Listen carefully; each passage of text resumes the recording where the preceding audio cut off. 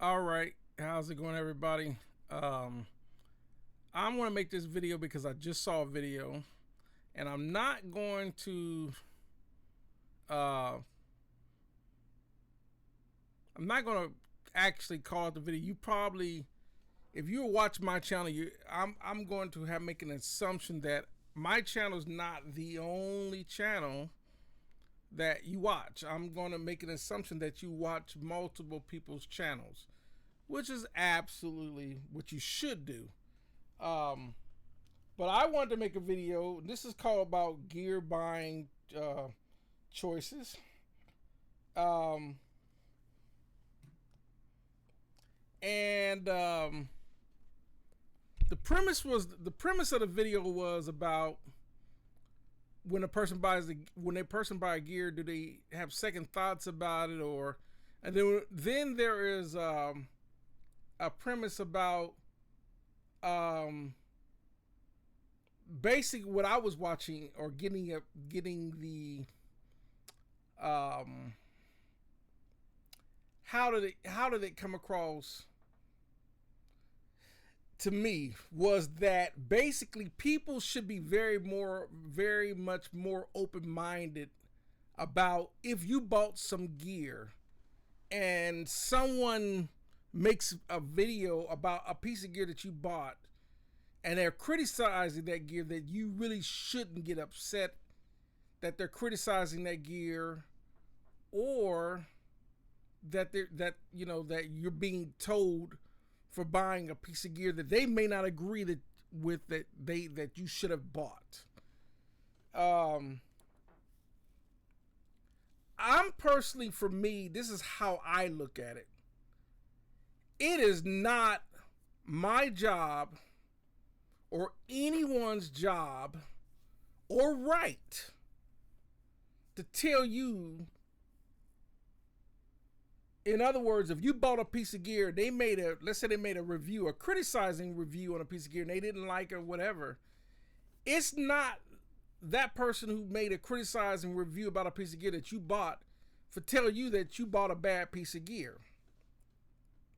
They just don't have the right, and they shouldn't have. And then they want to make then the thing is, what to come across and sit there and say, when people start making reactions to their critique, whether in comments or whatever, and then to come back and say that they should be more objective or be more open-minded, that they're wrong about or whatever. And I'm like, my take on it is like this. And and they're talking about this person, these people should act mature, or whatever the case may be. I'm gonna look at it like this. My take on this is this. What works for some people don't work for others. Period. That boils down to DAWs, plugins, software, speakers, preamps, microphones.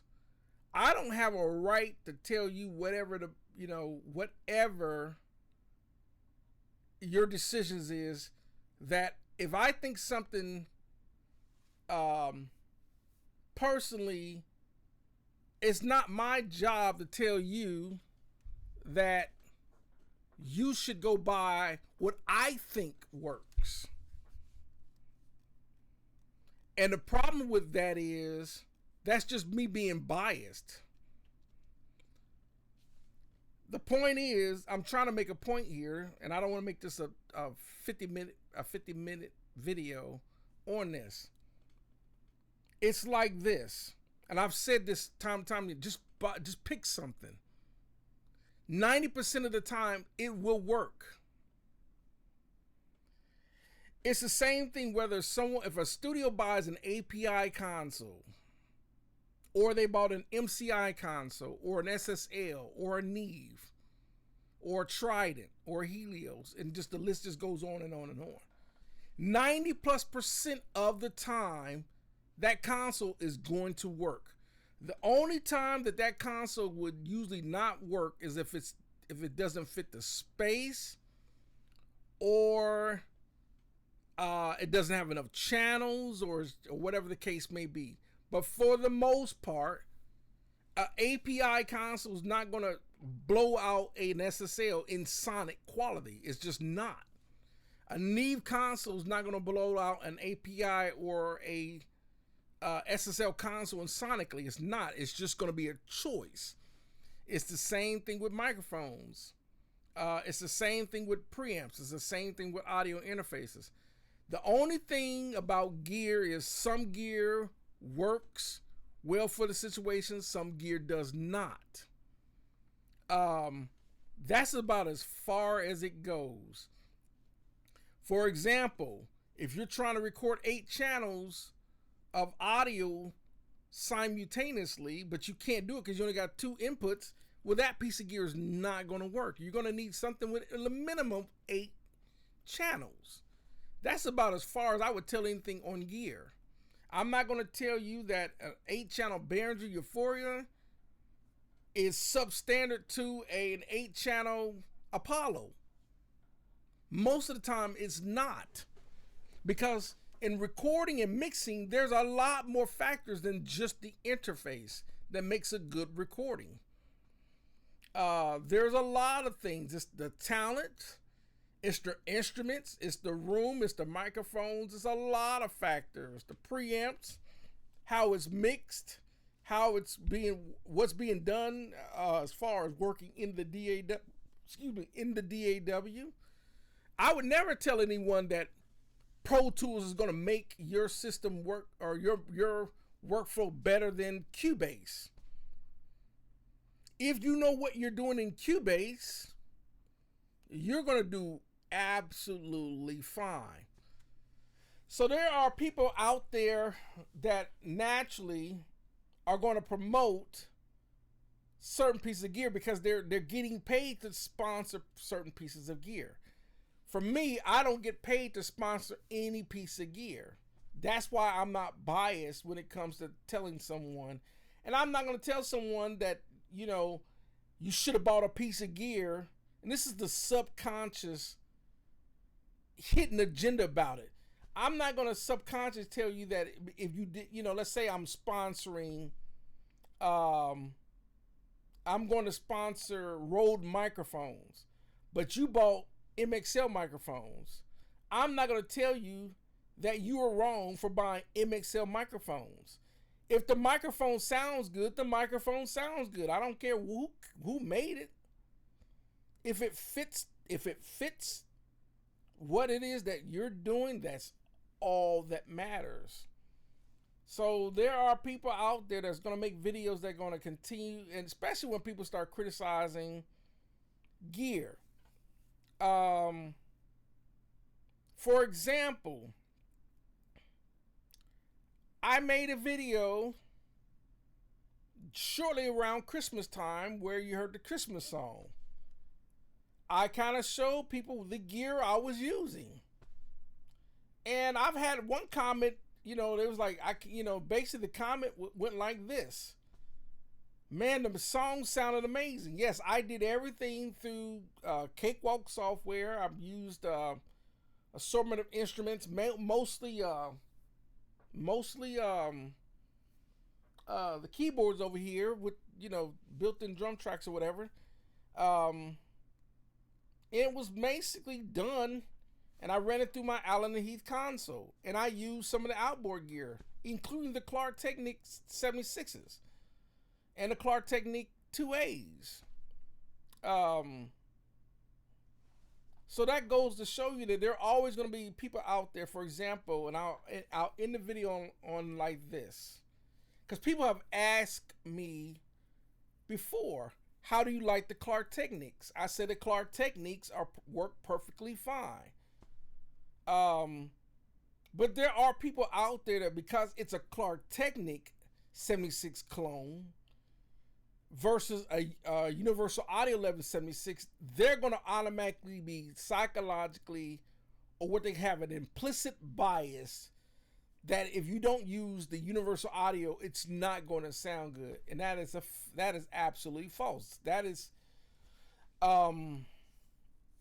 it's like this. There are things that you can use an actual universal audio 1176 that won't sound good on everything. That is a fact. That's not being biased. That's just a fact. A universal audio 1176 doesn't sound good on everything. The same thing with a distressor or an actual LA2A compressor, whatever. That doesn't always sound good on everything. Pultecs don't sound good on everything.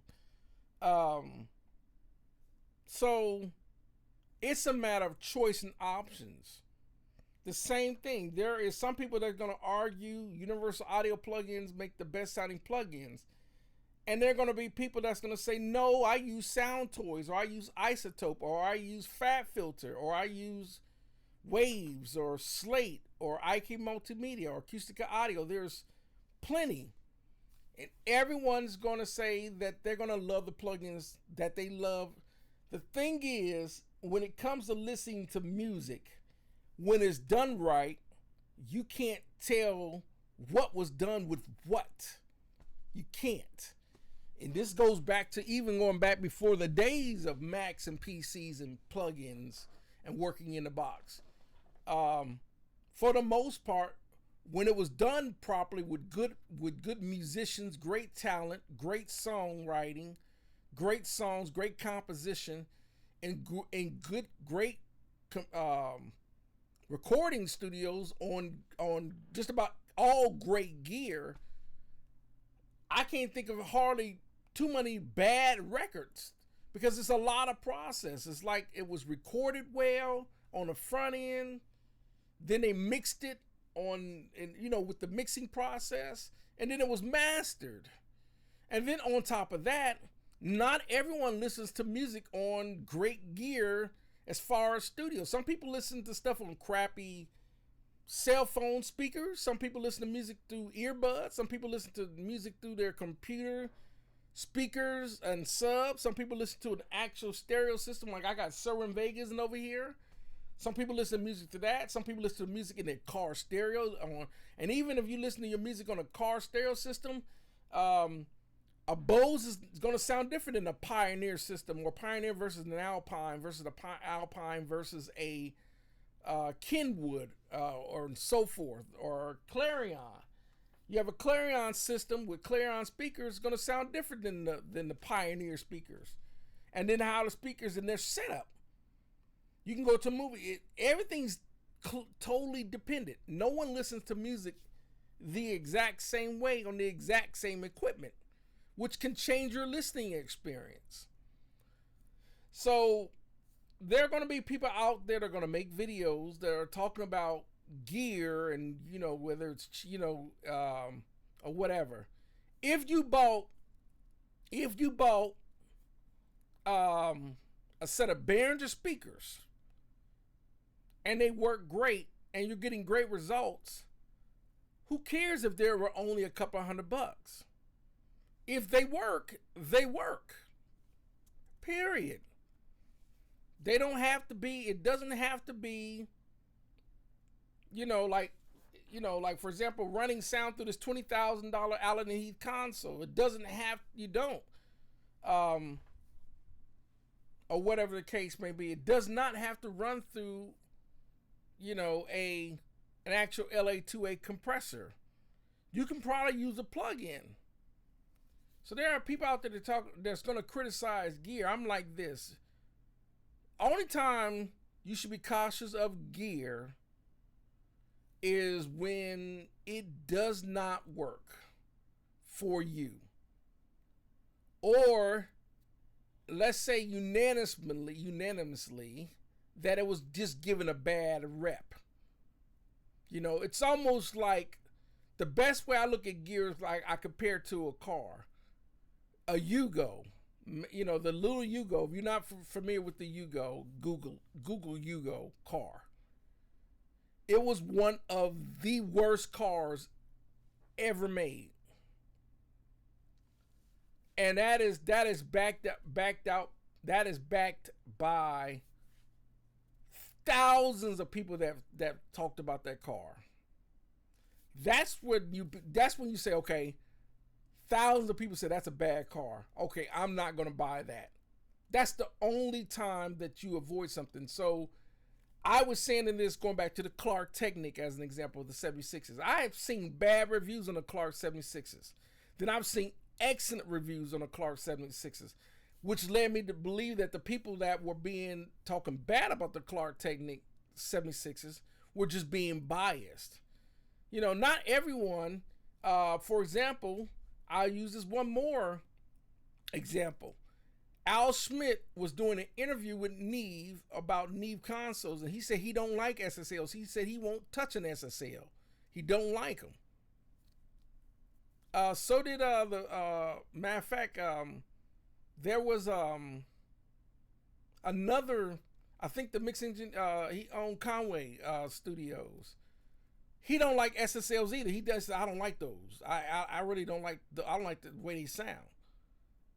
But the thing is, they were used in hundreds and hundreds of recording studios, from the Record Plant to Larrabee, even Chrysler Algae. He mixes on an SSL, so it's not the SSL. It's just biased personal preference. That's all. Al Schmidt had a biased personal preference. There's nothing wrong with someone's biased personal preference to what they like. Absolutely nothing wrong with that. It's the same thing.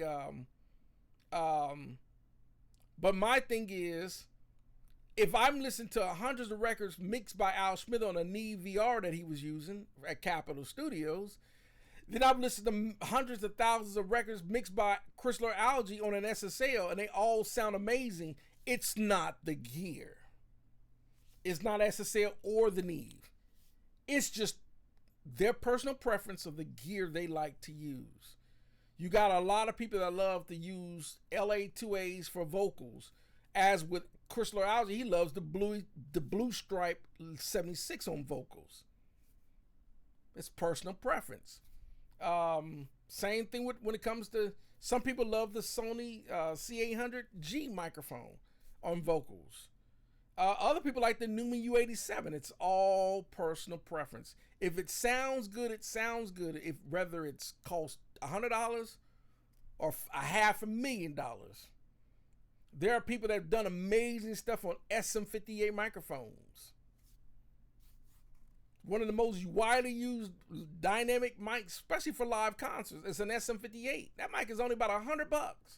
They sound amazing live in concert. The reason why they sound so good is because the engineer knows what he's doing, recapturing the artist. That's really what it is. Not so much the gear, but it's more about how they're using the gear. So I'm about done with the video. I just want to throw my little 2 cents on when it comes to buying gear and your choices. You know, whether whatever pieces of gear, if it sounds good and you know what you're doing, that's all that really matters. You know, people out there can make these videos of, they don't like to be criticized when they make it. If you don't want to be criticized in your videos when you make opinions about gear, don't make criticizing pieces of gear. Don't criticize gear. That's why I don't make review videos on pieces of gear, because my personal preference on pieces of gear, and other people are having great success with it, or they like that piece of gear, you're just gonna make that people mad. Then you gotta make defending videos, defending your opinion on why you don't like the piece of gear. If you don't like people making those comments in your, if you don't like people making those comments on your channel about pieces of gear that you're talking about, that you're criticizing, don't make the video, because you're gonna piss someone off. If I could, that's any piece of gear. If I sit there and start talking about Rode NT1 microphones, there are gonna be a lot of people that have Rode NT1 microphones are gonna get pissed off, because they're like, how in the world does this guy come up with this opinion on talking about these Rode NT1s, and I'm getting great results with them? It just makes you look bad. That's all it really does. And then you want to say, well, people should have an objective, open-minded opinion. No, they shouldn't. You know, like I said, the only time I would see when you can make a video about something is when everyone is unanimously is ubiquitous. In other words, it's like talking about the Yugo car, and there are going to be people out there that actually like the Yugo. There's going to think everyone that hates it, they're going to think all of us that don't like the car, they're going to think we're crazy, because there are some people that like Yugo cars. That's why I don't make criticizing video on pieces of gear.